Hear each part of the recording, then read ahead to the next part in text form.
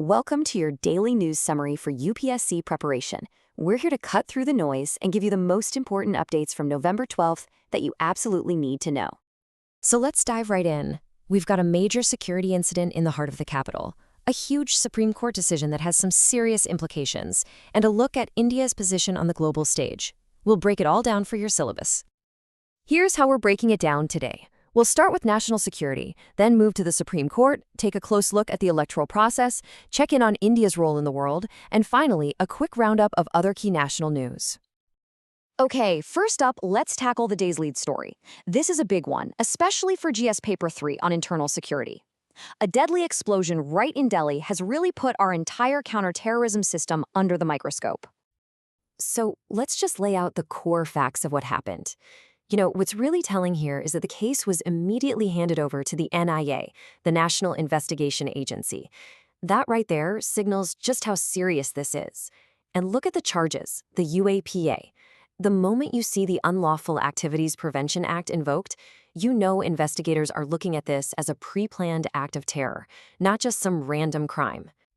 Now here's where it gets really interesting. This timeline shows us that the blast didn't just come out of nowhere. It actually looks like the final, maybe even desperate act of a terror module that was already being taken down. You can see the agencies were closing in for weeks, making arrests, seizing a massive amount of explosives, so it's possible the suspect acted in a hurry because he knew the clock was ticking.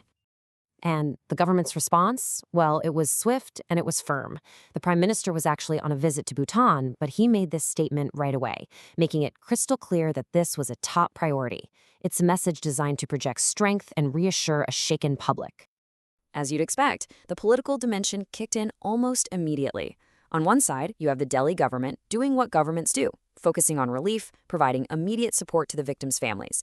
But on the other side, the opposition parties immediately started asking some really tough questions about security lapses and intelligence failures, putting the spotlight directly on the Union Home Ministry. All right, let's shift gears now and head over to the judiciary, a really core part of your GS Paper 2 prep. The Supreme Court was also making big news today, with some major rulings on everything from criminal justice to our fundamental rights. This is huge. The Supreme Court has effectively closed the book on one of India's most horrifying criminal cases. By acquitting Surinder Kohli, the court sent an incredibly powerful message that even when you're dealing with the most terrible of crimes, due process and reliable evidence are non-negotiable. They are absolutely paramount. And the court was busy on a bunch of different fronts. It really asserted its authority in that Jim Corbett illegal logging case. It took a very firm stand against racial discrimination, and this is really noteworthy. It stepped in on the formation of a special investigation team in Maharashtra, which reinforces that important principle of keeping our state institutions secular. Okay, next up is a really thorny issue that gets to the very heart of our democracy and is super relevant for polity in GS Paper 2.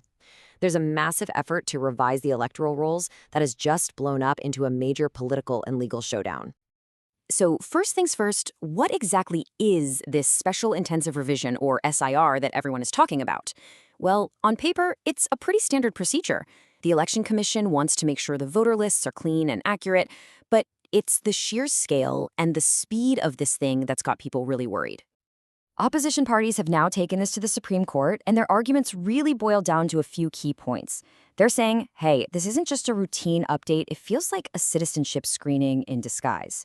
They're also pointing to the undue haste, trying to do all this in just 1 month, which they argue could lead to huge numbers of genuine voters being wrongly removed, especially those from minority and SC/ST communities. And this isn't just a legal fight, it's already spilling onto the streets with protests. So it all comes down to this one crucial question, right? Is this just a routine cleanup, or is it something more? Even the Supreme Court has noted that revising voter lists is a normal thing to do. But the opposition is arguing that the crazy speed and the supposed lack of clarity in this particular SIR could actually threaten people's right to vote. It's turning a routine process into a full-blown battle.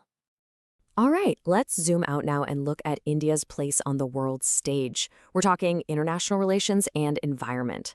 From high-level visits to taking a firm stand on climate change, India was definitely busy shaping its foreign policy narrative. You've kind of got this interesting split screen of Indian diplomacy today. On one hand, the Prime Minister's visit to Bhutan is all about reinforcing that neighborhood-first policy with a really important ally. And then, on the other side of the world, at the COP30 climate summit in Brazil, India is laying down a marker, saying the basic rules of the Paris Agreement are not up for debate. And to really get what India is arguing at COP30, you need to know this one acronym, CBDR, Common but Differentiated Responsibilities. It's the absolute cornerstone of India's climate policy. Basically, the argument is that the developed world, the historical polluters, has a much bigger responsibility to cut emissions and provide financial help. This allows developing nations like India the room they need to grow their economies. Okay, to wrap things up, let's do a quick run-through of some other important national stories that are definitely relevant for prelims and just for having a broader view of what's going on.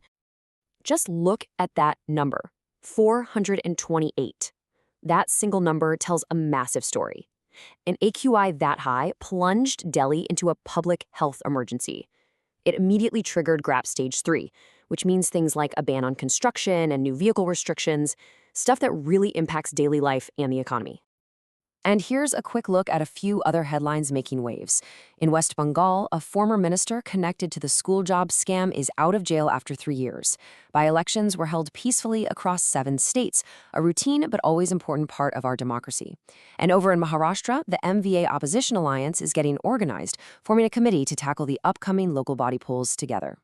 So, as we finish up, this is the question I want to leave you with. When you step back and look at all of today's headlines together, what do they tell you? They're not just random events. They're puzzle pieces that show the complex, overlapping challenges India's governance is facing, from security and elections to justice and foreign policy. Understanding how all these pieces connect? Well, that's key to mastering the very landscape you're preparing to be tested on.